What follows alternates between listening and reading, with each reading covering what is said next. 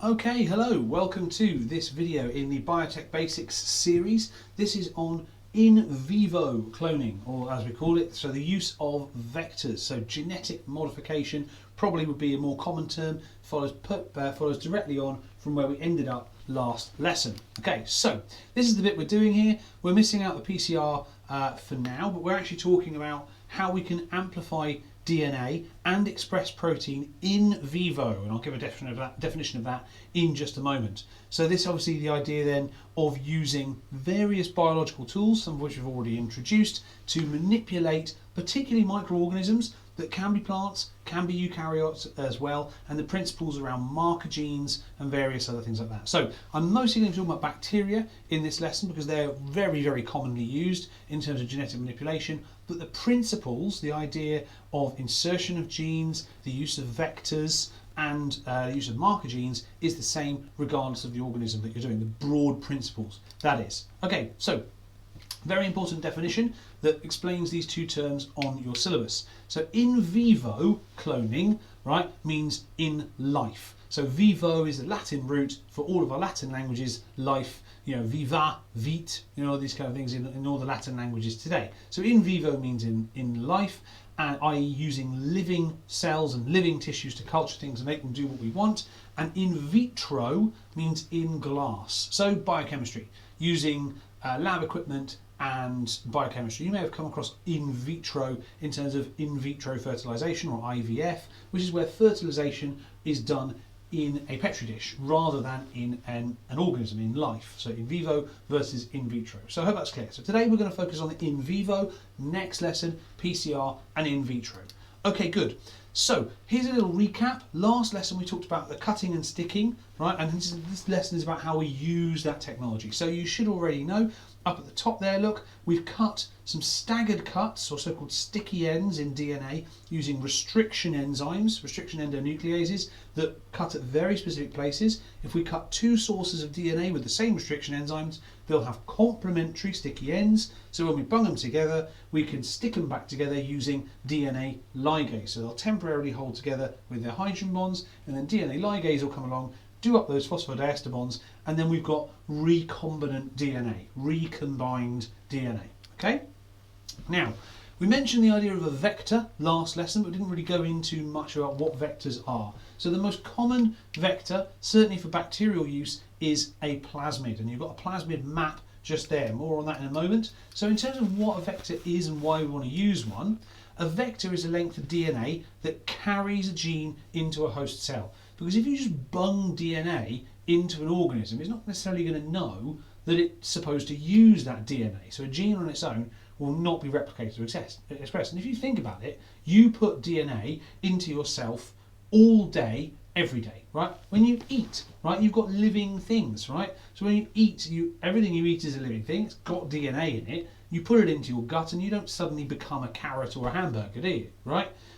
So you need to put this DNA into the cells in a way that they can understand, or it won't be expressed. Okay? So what makes a good vector? Now, well, it really depends what vector you're using as to which type of cell you're trying to genetically modify. But the properties in general, they need to be big enough to hold the gene we want, plus its regulators, plus its promoter regions, and various things that are replication origins and all that kind of stuff, right? So it needs to be big enough to hold your gene and the regulators that we want. It also needs to have control sequences, so this DNA needs to replicate with the rest of the cell. So when the cell divides, it divides, goes with them. So these transcription promoters, terminator regions, needs to mark the beginning and the end in the way that that cell will understand, okay? So, and then obviously it needs to contain something that will allow you to find it, which is what we call a marker gene. So you bung all this recombinant DNA into the cells, do something to get the cells to transform. Only a very small percentage of them will. How do you find the ones that worked and the ones that didn't? Well, you need a marker gene in there, right? Which you might be able to see. Look, up here we've got a really common one, which is an antibiotic resistance gene. Therefore, all of the cells that did transform become antibiotic resistant, and all of the ones that didn't can be killed off by antibiotics. But more on that in a bit. Okay, that obviously works for bacteria, not going to be too helpful for you. So, Plasmids are really common because they fulfill all this criteria for bacteria, right? So all those criteria, big enough to hold the genes, got their own regulators, will replicate with the cell, can have marker genes. Yeah, absolutely. They're perfect, the perfect vector for bacteria, okay? So you can buy them very easily, commercially, right, from various suppliers, biotech suppliers, and there's lots of very big companies out there that are offering all sorts of incentives for you to use them. It's like nectar points, but plus. You know, there are friends of mine who work in this industry who fight over being able to buy the plasmids, right, to get the nectar points, to get the loyalty and reward points. Okay, so anyway, plasmids for bacteria are certainly the most common kind of vector, and the most common ones that come up at A level that you're going to have to talk about. Okay, because they're easy to handle, they're easy to insert foreign genes into them, they're commercially available, and they come with plasmid maps now. So it's like, well, this is the cut point here, so you've got a cut point here for this restriction enzyme, you've got an antibiotic resistant gene there, you've got this, you've got that, all these different things. And they come with all regulatory sequences included, so you can start your genetic manipulation really easily. You know, you've got your bit of DNA, you want to stick it in something, buy yourself a plasmid, job done. Okay? Right, as I say, look, so this is a snip I took from one just browsing the internet and looking at suppliers. You've even got people going, hot plasmids, today's hottest plasmid, right? You know, popular plasmids, ooh, this is the #1 plasmid trending in your area, right? Now, it's a bit of a strange industry if you're outside of it, but it works very well for the industry, and it is a huge market these days, okay? Especially in the UK, where we're still very good at the biosciences, biotech. We are suffering a bit of a brain drain at the moment, thank you Brexit, but you know, we're still very good at this biotech stuff, as should have been demonstrated by the generation of the various vaccines. Right, so let's use this example. Now this is a quite simplified example. I like this picture, I've been using it for a long time, right, of a typical plasmid. So you can see down at the bottom here, it's got a replication origin. That's where it will start to be replicated.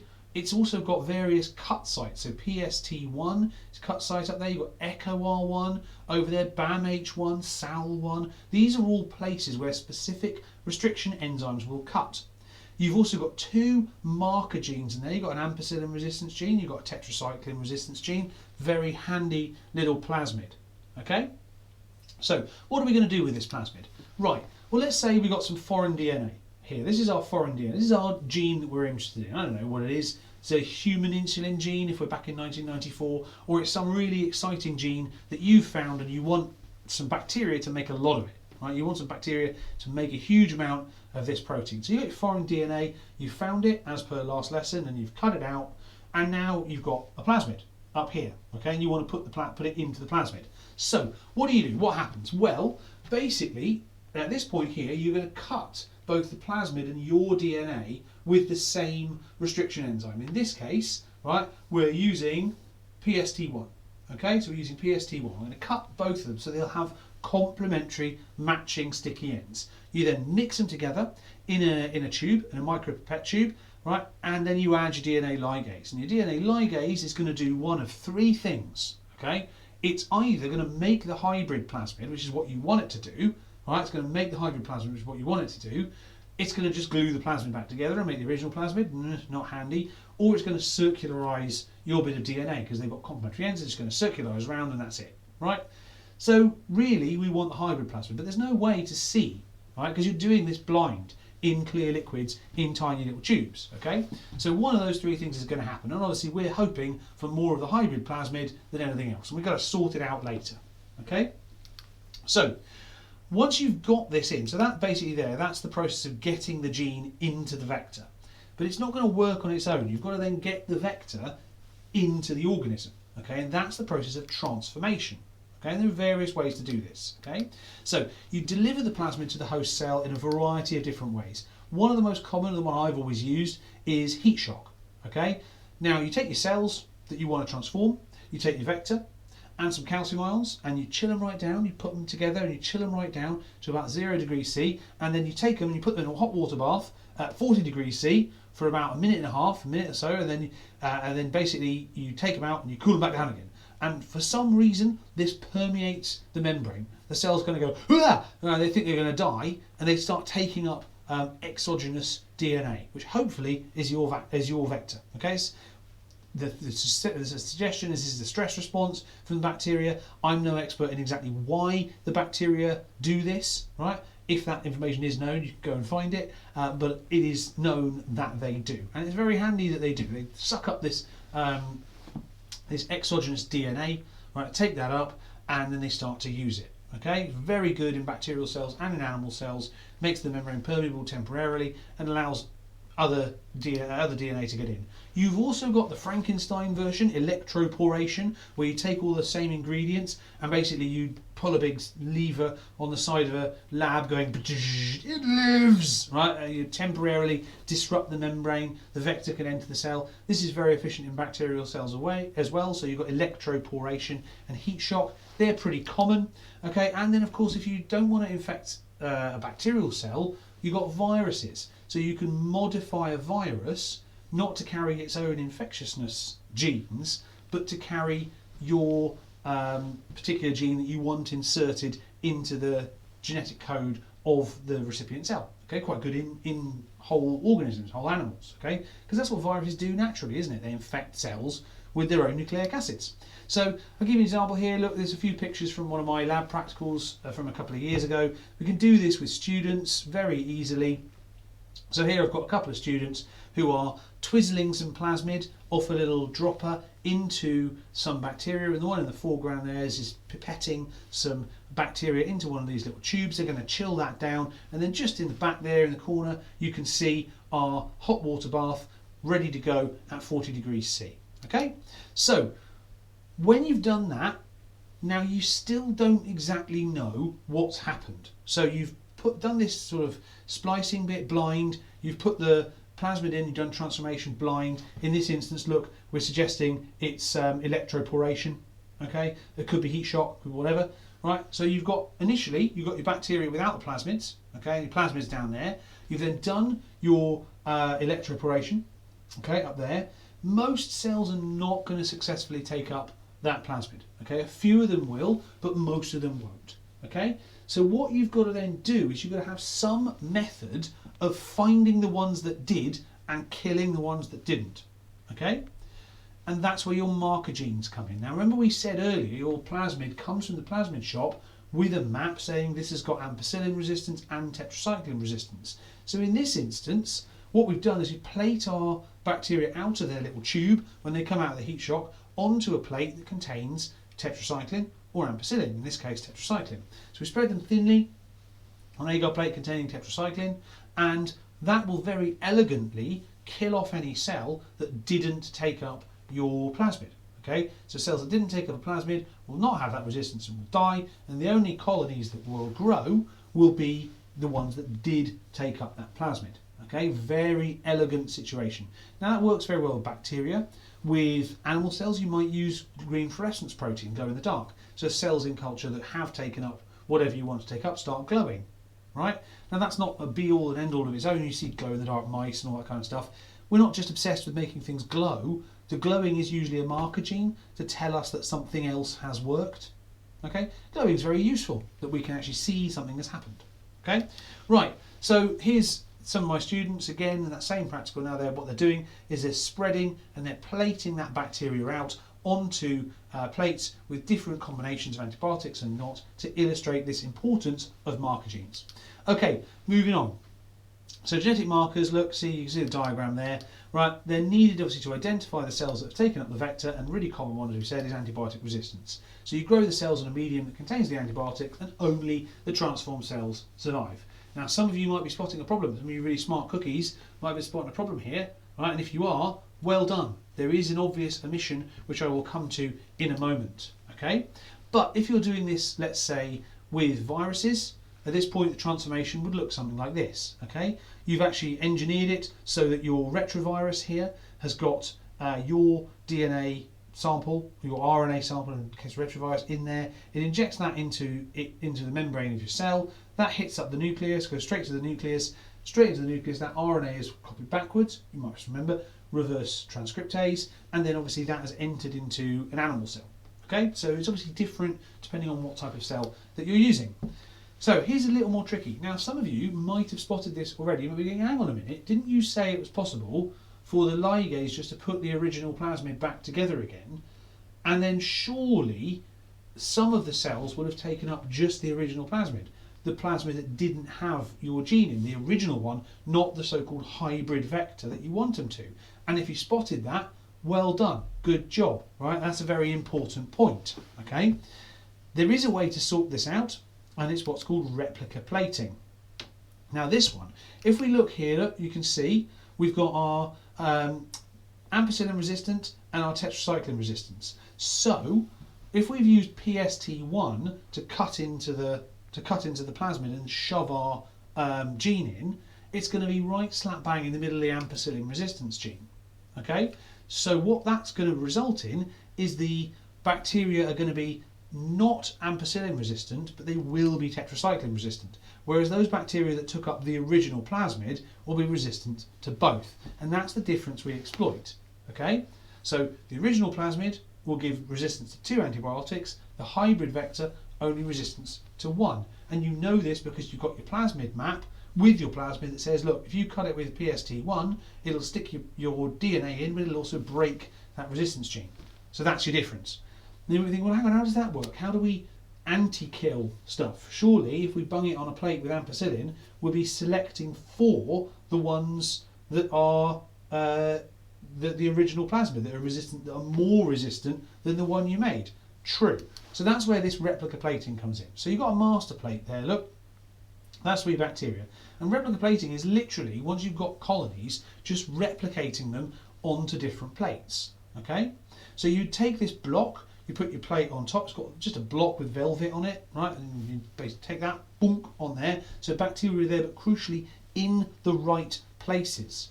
And then you would replicate those colonies using that velvet block that's now got an imprint of those colonies. You'd replicate that onto plates with different combinations of antibiotics. Okay, so one would lack ampicillin and one would have ampicillin.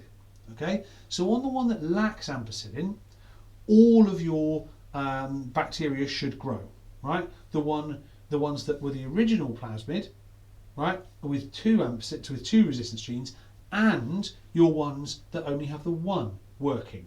Okay, then you grow another replica on the ampicillin agar jelly, and that will kill all of the clones of your ones that took up your hybrid vector. And if you compare those two plates, the ones that survived on the non-ampicillin plate but didn't survive on the ampicillin plate, well, they're the ones that are only resistant to tetracycline. They're the ones that aren't resistant to ampicillin but are resistant to tetracycline. Okay? And it's those ones that you then go with a little scoop off that plate, and you then culture onwards. Okay? And that's the process of replica plating. Very clever, very useful thing to be able to do. Okay? So, other markers are glow in the dark. Now, when we did this practical, our result was just to show this process was possible. So we were just taking jellyfish DNA, this green fluorescence protein, and engineering it into bacteria, and here's the result. Okay, so this is a lovely result from one of my students who managed to make some lovely glow in the dark bacteria in an afternoon. In fact, this one grew like crazy. 24 hours of incubation later, on that plate, you got lovely glow in the dark bacteria. Okay, so really easy to do. Obviously, if you can do it, I recommend you do this as a practical. It's very useful to get these lab skills down. What then? Well, that let's say it wasn't something so frivolous as just a glow in the dark bacteria. Let's say it was bacteria that contain the insulin gene. What do we do then?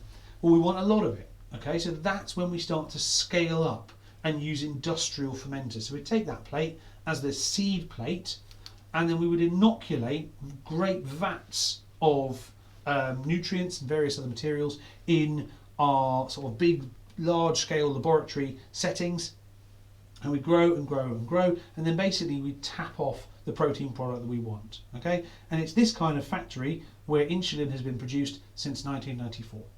Okay, so that's basically how you go from identifying your little gene right the way through to mass production. Okay. Other transformation methods, depending on different types of cells, would go as follows. Okay, there's another type which is really good in plants. There's a bacteria called A. tumefaciens that it's what it does. If you've seen lumps, and these are called crown galls, I'll show you in a picture in a moment. basically that's a bacteria that's infecting the cells and then infecting the plant, and then using a bit of its own DNA to infect a plasmid, to infect the cells, to make them grow into a nice environment for the bacteria. We can hijack that and get it to insert our own genes. I've made some lovely blue glow-in-the-dark Arabidopsis plants before in my time using this method, using a bacteria. This one I've never tried, but I really want to. It's called the gene gun, where you smear your bacteria, smear your sort of DNA onto some gold particles, and using magnets you accelerate those gold particles at your tissue, and you basically destroy 99% of your cells by ripping them to pieces, with bombarding them with gold particles. But the 1% that you just wing, right, maybe you knock your DNA off in there, right? Seems like an unbelievably blokey way to transform a cell, right? Some biology bro came up with that at some point, right? So I really would like to have a go with one of those. Doesn't seem the most efficient, no, but apparently good in animal cells and plant cells, okay? And then micro-injection. This is IVF, for example. If you've got big enough cells and you can see them down the microscope, you can physically inject a sperm into an egg or something similar. Okay, so to give you some pictures there, look, this is an idea of H. fasciens and what it does. So a little bit of that plasmid then ends up inside the plant cell nucleus, causes the plant cells to grow into this tumour that makes it really nice for bacteria to grow. We obviously take those genes out of those plasmids, put in our own genes, so it infects the plant cell with a useful gene for us, not for the bacteria. This is the sort of gold particles, as you can see. Helium gas or electromagnets, basically accelerating these gold particles right straight through this stuff into this green, into these green target plants. Right, crazy idea, and I love the name biolistics. Brilliant. Biologists aren't usually good at naming stuff, but ballistics, biology, biolistics, absolutely brilliant. Okay, so we've also then got micro-injection, as you can see here, which is the injecting of a sperm into an egg, most famous example, using a little suction tube there on the other side. Only works with particularly large cells that you can easily see down the microscope. Okay, so in summary, you've got identification. From last lesson, you've identified your target fragment. You then insert that into a suitable vector using restriction enzymes, ligase, all that kind of stuff. You've then got transformation, suitable method depending on the cell that you're using. You've then got identification using some form of suitable marker, and then onward culturing, bioreactor, in a patient, in cell culture. If you're growing the AstraZeneca vaccine, for example, it's grown in cell culture, and so on and so forth. Okay, so that's our summary of the process. That is that's how you would do what we call in vivo cloning of cells, and that's the end of this lesson. I'll see you. That's called in vitro cloning of cells. No, in vivo. I was right the first time. In vivo cloning of DNA. I'll see you next time for the in glass, in vivo, the PCR. Thanks very much. See you then. Bye bye.